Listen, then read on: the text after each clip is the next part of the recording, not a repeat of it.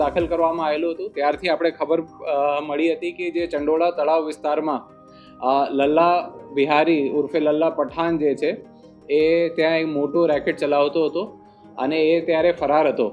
તો તે દિવસથી જ અમારે ક્રાઇમ બ્રાન્ચ દ્વારા જુદી જુદી ટીમો બનાવવામાં આવેલી હતી.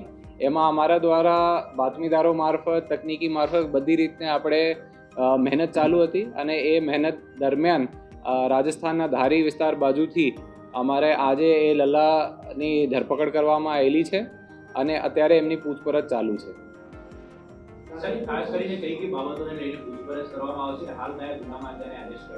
એ જે આપણે ખોટા ડોક્યુમેન્ટ બનાવીને જે આધારે બીજા ડોક્યુમેન્ટ કઢાવવામાં આવતા હોય છે અને અમુક ઘૂસણખોરોનો જે એમનો સમર્થન આપવામાં આવતા હોય છે અને ત્યાં જે વિસ્તાર ઉપર આપ સૌ જોઈ ચૂક્યા છો કે જે તળાવ મૂળ પાણીના વિસ્તાર હતા એમાં આપણે કાઠમાલ નાખીને માટી નાખીને જે દબાણ કરવામાં આવેલું હતું અને એ ઉપર જુદા જુદા ઝોપડા રિઝોર્ટ પાર્કિંગ વગેરે બનાવવામાં આવેલું હતું અને એ કઈ રીતે એમનો આર્થિક લાભ મેળવેલ છે અને આર્થિક લાભ એમને ક્યાં ક્યાં વાપર્યા છે એ મુદ્દા ઉપર તપાસ કરવામાં આવશે.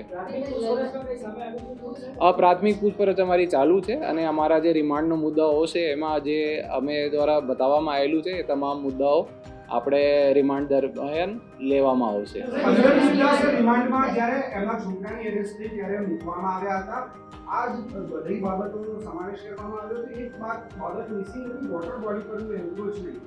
એ બાબતે કોઈ અલગથી ફરિયાદ કરવાની તજવીજ હાથ ધરાઈ? એ અમારા જે એન્ક્રોચમેન્ટ વાળું હોય છે એ જે દેખાતું એન્ક્રોચમેન્ટ છે એ દ્વારા અમારા પૂછપરછ કરવામાં આવશે અને જે યોગ્ય રેવન્યુ ઓથોરિટીઝ છે એ નિર્ણય લે છે કે આગળ શું ફરિયાદ આમાં થઈ શકે.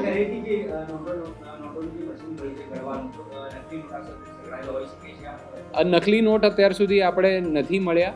એમાં એ લોકો જે પાર્કિંગના પૈસા કે બીજા ઝોપડાનો એ પૈસા ઉઘરાવતા હતા એ લોકોની કાઉન્ટિંગ માટે એમના જે છોકરાની પૂછપરછ કરવા માટે એમાં જ આપણે ધ્યાન ઉપર આવેલું છે, જેમાં 9 લાખથી ઉપર રૂપિયા અને આશરે લગભગ 250 ગ્રામની આજુબાજુ સોનું દાગીના મળ્યા છે અને ઘણા બધા રેકોર્ડ્સ ડાયરીઝ બીજા પુરાવો મળ્યા છે અને એમની તપાસ અમે કરી રહ્યા છીએ.